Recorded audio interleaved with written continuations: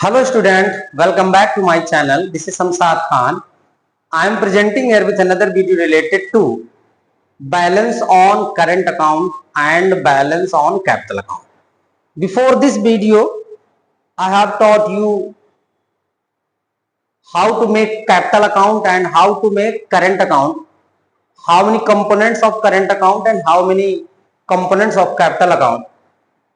आज हम लोग बात करेंगे कि जब करंट अकाउंट बनाते हैं या कैपिटल अकाउंट, उसका बैलेंस कैसे फाइंड करते हैं। करंट अकाउंट सरप्लस क्या होता है, करंट अकाउंट डेफिसिट क्या होता है।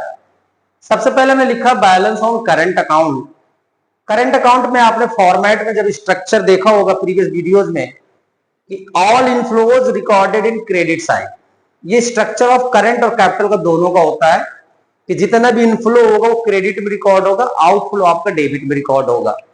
तो बैलेंस ऑफ करंट अकाउंट क्या कहता है, it refers to the net value of credit and debit balances in of current account. क्या है, it refers to the net value of credit and debit balances.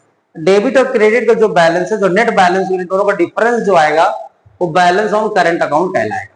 ठीक है, अब बैलेंस ऑन करंट अकाउंट की बात करें तो करंट अकाउंट सरप्लस होता है और करंट अकाउंट डेफिसिट। शॉर्ट में, in short we can say that CAS and CAD, current account deficit, current account surplus. Current account surplus, credit more than debit, surplus होगा जब इनफ्लो मोर देन आउटफ्लो। तो CAS means current account surplus arises when credit side is more than debit. Debit से credit, credit का मतलब inflow, inflow more than outflow. CAS ये किस बात को इंडिकेट करता है, इट इंडिकेट्स नेट इनफ्लो, कि हमें पास क्या है, नेट इनफ्लो हो रहा है ऑफ फॉरेन एक्सचेंज। किस चीज का, फॉरेन एक्सचेंज का।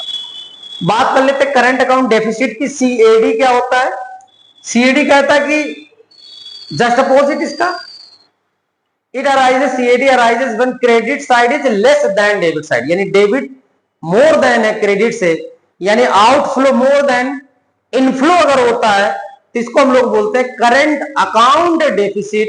It indicates net outflow, net outflow of foreign exchange.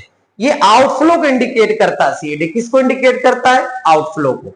CAS किस चीज को इंडिकेट करता है, नेट इनफ्लो को इंडिकेट करता है। तो ये था हमारा बैलेंस ऑफ करंट अकाउंट में। सर करंट अकाउंट सरप्लस होता है, करंट अकाउंट डेफिसिट होता है। करंट अकाउंट सरप्लस को शॉर्ट में CAS बोलते हैं और इसको CAD, इसको हम लोग CAD के नाम से जानते हैं। ठीक है, अब हम लोग बात करते हैं बैलेंस ऑफ कैपिटल अकाउंट। बिल्कुल same meaning, it refers to the net value of credit and debit balances in capital account. Capital account का क्रेडिट डेबिट का जो नेट बैलेंस होगा उसको कैपिटल अकाउंट बैलेंस बोलते हैं। इसमें surplus in capital account, deficit in capital account. Surplus capital account का कब होगा, जब इनफ्लो मोर देन होगा आउटफ्लो से, यानी credit side greater than debit side, credit side more than debit side. It indicates net inflow of capital account, यानी capital account में net inflow हो रहा है। डेफिसिट इन कैपिटल अकाउंट की बात करें तो credit side less than debit side, अगर डेबिट साइड से क्रेडिट कम होता है इसको हम लोग क्या बोलेंगे, डेफिसिट के नाम से जानेंगे। It indicates net outflow of capital account. तो आज हम लोगों ने बात की कि current account balance on current account क्या होता है, करंट अकाउंट सरप्लस क्या होता है, करंट अकाउंट डेफिसिट क्या होता है। फिर नेक्स्ट टॉपिक था बैलेंस ऑन कैपिटल अकाउंट क्या होता है, surplus in capital account how to find, deficit in capital account how to find. Thank you.